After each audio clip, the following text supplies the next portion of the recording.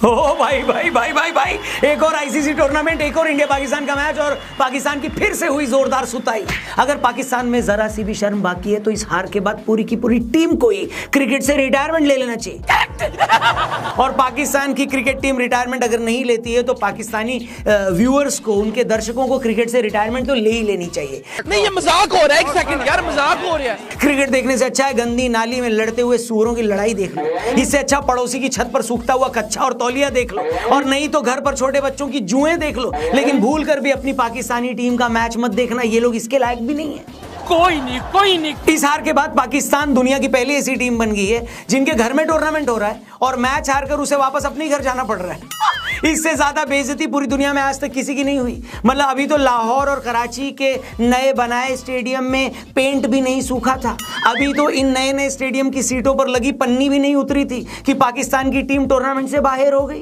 एकदम इन्होंने वक्त बदल दिया, जज्बात बदल दिए, जिंदगी बदल दी। एक साल से इन लोगों ने हमारा जीना हराम कर रखा था। इन लोग की कंप्लेंट ही खत्म नहीं हो रही थी कि तुम लोग पाकिस्तान नहीं आ रहे हो, देखो हम लोग तुम्हें नहीं छोड़ेंगे, हम तुम्हें दुबई में हराकर इस बेइज्जती का बदला लेंगे, और पता नहीं क्या अंड बंड ये लोग बक रहे थे। लेकिन उसी टूर्नामेंट से बाहर होने में इनको 4 दिन नहीं लगे। बेचारे 6 महीने से यही सोच सोच कर खुद को तसल्ली दे रहे थे कि इंडिया पाकिस्तान नहीं आया तो क्या हुआ, हम इंडिया को दुबई में हराकर उसे उसकी औकात दिखा लेंगे। तो अब दिखा दी औकात, हो गया।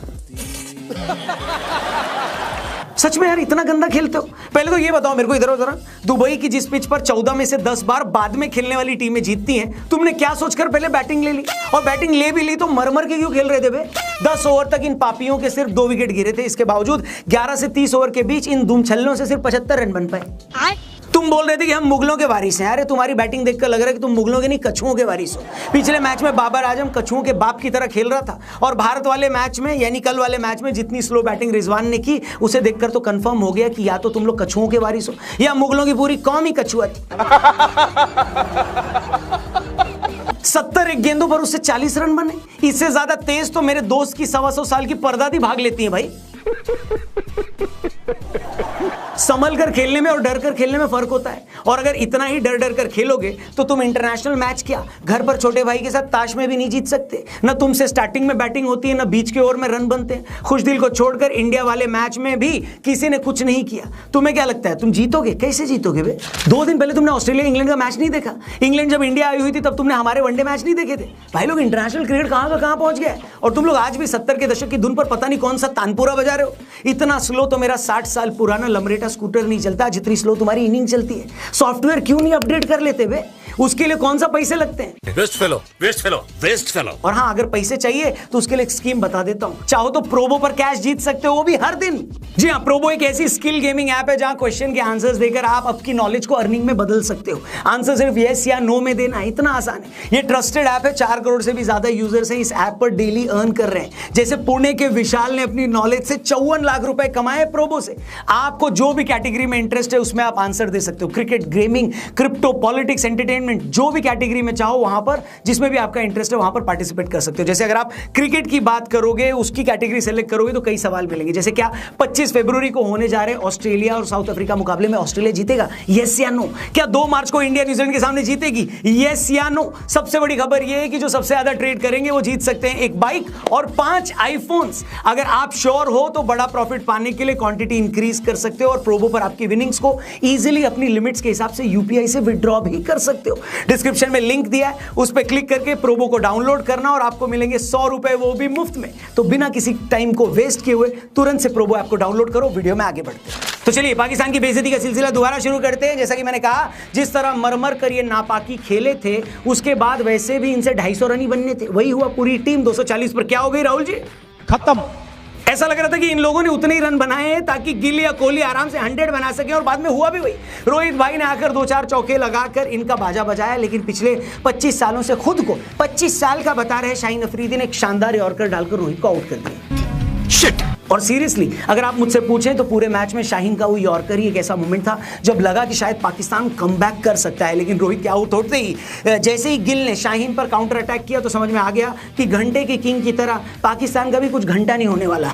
कोहली और गिल बैटिंग कर रहे थे तो ऐसा लग रहा था कि गली के बड़े भैया 12-12 साल के बच्चों के साथ खेल रहे हो, और बच्चे बेचारे कुछ बोल भी नहीं पा रहे क्योंकि वो ही भैया को संडे वाली नींद से उठाकर लाए थे कि भैया हमारे साथ खेल लो। जब इंडिया की बैटिंग चल रही थी तो रिजवान बेचारी की शक्ल तो ऐसी हो गई थी कि लग रहा था कि यार ये अभी बोलेगा कि मेरे को घर जाना है, मेरे को घर जाना है, पापा आ गए हैं। सच में यार, मैं जब भी मैदान में रिजवान को टेंशन में देखता हूं तो मेरे को समझ में नहीं आता कि ये मैच की सिचुएशन की वजह से टेंशन में है या ये सोच सोच कर घबराए हुए हैं कि मैच के बाद इंग्लिश भी बोलनी है अभी। Are you comedy me? दूसरी बार पूरी पाकिस्तान टीम उम्मीद से तब हुई जब हमारा गिल अबरार की शानदार बॉल पर आउट हो गया। तब भी 1 सेकंड के लिए लगा था कि शायद पाकिस्तान वापसी कर सकता है, मगर गिल के आउट होने के बाद फिर अय्यर भाई ने खूंटा गाड़ दिया और उसके बाद वो आउट हुए तब जब पाकिस्तान की टीम की लाहौर की वापसी की टिकट बुक हो चुकी थी। लास्ट में इंडियन फैंस का बस यही इंटरेस्ट बचा था कि कोहली भाई ये मैच जीतते हैं नहीं जीतते हैं, सेंचुरी मारते हैं नहीं मारते हैं। और एक बार फिर से पिच पर आए अपुन के हार्दिक भाई, जिन्होंने एक बार, आपको याद होगा इंग्लैंड वाले मैच में गिल का 100 नहीं होने दिया था, और जब कोहली को जीत के लिए रिक्वायर्ड 32 रनों में से अपनी 100 के लिए 16 चाहिए थे तो पंड्या ने 2 चौके लगा दिए। वो तो भला हो शाहीन अफरीदी का, जिन्होंने पंड्या को आउट कर दिया, फिर अक्षर पिच पर आ गए, वरना कोहली भाई का 100 नहीं होना था भाई साहब। अरे बेटे, और कोहली के 100 से याद आया, मैच से पहले हमने एक वीडियो बनाई थी जिसमें हमने कहा था, जाकर वापस देख लो, हमने उसमें क्लियरली बोला था कि भाई भले ही अपने कोहली भाई उतने अच्छे फॉर्म में न हो, लेकिन पाकिस्तान के खिलाफ तो वो अगर 150 साल की उम्र में भी हो जाते हैं ना और व्हील चेयर पर भी आते ना तो भी 70-80 रन तो आराम से बना सकते थे। और देखो कल क्या हुआ, भाई ने फिर से प्रूव कर दिया कि असली के किंग और घंटे के किंग में क्या फर्क होता है। और कल के मैच में भी यही हुआ, घंटे का किंग फिर से 20-25 बनाकर आउट हो गया, अपने बिल में घुस गया, और असली किंग ने एक बार फिर से तब 100 लगाया जब टीम को सबसे ज्यादा जरूरत थी। जी हाँ, इस 100 के साथ ही कोहली भाई के वनडे में 51-100 हो गए, 5100 हो गए। वो सबसे कम इनिंग में वनडे क्रिकेट में 14,000 रन बनाने वाले प्लेयर भी बने। सचिन ने 14,000 रन बनाने में कोहली से 65 इनिंग ज्यादा खेली थी। इसी से पता चलता है कि कोहली भाई वनडे में क्यों लेजेंड है। कायदे में रहिए छोटे। कुल मिलाकर वही हुआ जिसका पूरी दुनिया को 6 महीने पहले से पता था। पाकिस्तान एक बार फिर भारत से हार कर, अपनी बेइज्जती करवा कर लगभग टूर्नामेंट से बाहर हो गए।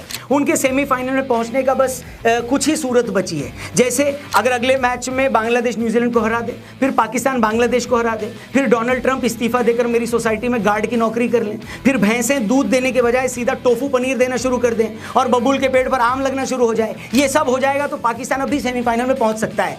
बस आपने क्या नहीं करना है इमरान साहब, आपने सबसे पहले घबराना है। सच में यार, मुझे तो कभी कभी पाकिस्तानी आवाम के लिए बहुत बुरा लगता है। ले देकर इन लोगों के पास अपना दिल बहलाने के लिए सिर्फ क्रिकेट का खेल है, उसमें भी बेचारे 1 साल से तो इसी टेंशन में थे कि इंडिया पाकिस्तान आएगा या नहीं, फिर इस टेंशन में थे कि टूर्नामेंट से पहले स्टेडियम बन पाएंगे या नहीं। हर दूसरा पाकिस्तानी यूट्यूबर खुद दिहाड़ी मजदूर बनकर स्टेडियम में ईंटें लगवा रहा था ताकि दुनिया के सामने पाकिस्तान की बेइज्जती ना हो जाए। लेकिन पाकिस्तान की टीम ने आखिर में बता दिया कि बेइज्जती करवाने के लिए स्टेडियम के मोहताज नहीं है वो, इसके लिए तो भैया इनका सड़ा हुआ गेम ही काफी है। मेरा पाकिस्तानी आवाम से और पाकिस्तानी टीम से बस यही कहना है, क्या तुमसे ना हो पाएगा, इसलिए छोड़ दो क्रिकेट, ले लो क्रिकेट से संन्यास। जब क्रिकेट खेलना वैसे भी नहीं आता तो खेलकर करोगे भी क्या। वैसे भी इस हार के साथ ही उन पाकिस्तानियों को भी खट्टे डकार आने बंद हो जाएंगे जो 2017 के चैंपियंस ट्रॉफी का फाइनल जीतने के बाद से 8 सालों से खुशी के मारे सो नहीं पाए। इस हार के बाद डकार तो क्या, शायद उनकी सांसें आनी भी बंद हो जाए। इस 6 विकेट की हार के बाद उनकी भटकी हुई अकल शायद कई सालों के बाद वापस से अपनी असली ठिकाने पर पहुंच जाए। पिछले 8 सालों से ये मूंगफली चोर उसी चैंपियंस ट्रॉफी की जीत का झुंझुना बजा रहे थे। उसके बाद भारत ने इन्हें 3000 बार और हराया होगा, लेकिन नहीं, डॉगी की पूंछ और कुछ पापियों की हरकत को आप कभी सीधा नहीं कर सकते बॉस। कल की इस जीत के बाद एक बार फिर से साबित हो गया कि आज भारत और पाकिस्तान की टीम में वही फर्क है जो नोकिया 3300 और आईफोन 16 प्रो मैक्स में है। खैर, पाकिस्तानी टीम को नोकिया बोल देना भी इनके लिए बड़ा प्राइज है कि नहीं, लेकिन आप टेंशन मत लो, आपको बड़े बड़े प्राइजेस जीतने हैं तो प्रोबो ऐप डाउनलोड करो, डिस्क्रिप्शन में लिंक दिया है, लाखों जीतने का मौका पाओ और जाने से पहले चैनल को सब्सक्राइब करके जाओ। और पाकिस्तानी टीम के लिए कुछ कहना है तो कमेंट बॉक्स खुला हुआ है, आपका स्वागत है। मैं कमेंट्स को लाइक भी जरूर करूंगा। थैंक यू फॉर वॉचिंग, जल्दी मिलते हैं, फिलहाल के लिए इतना ही। जय हिंद, हर हर महादेव।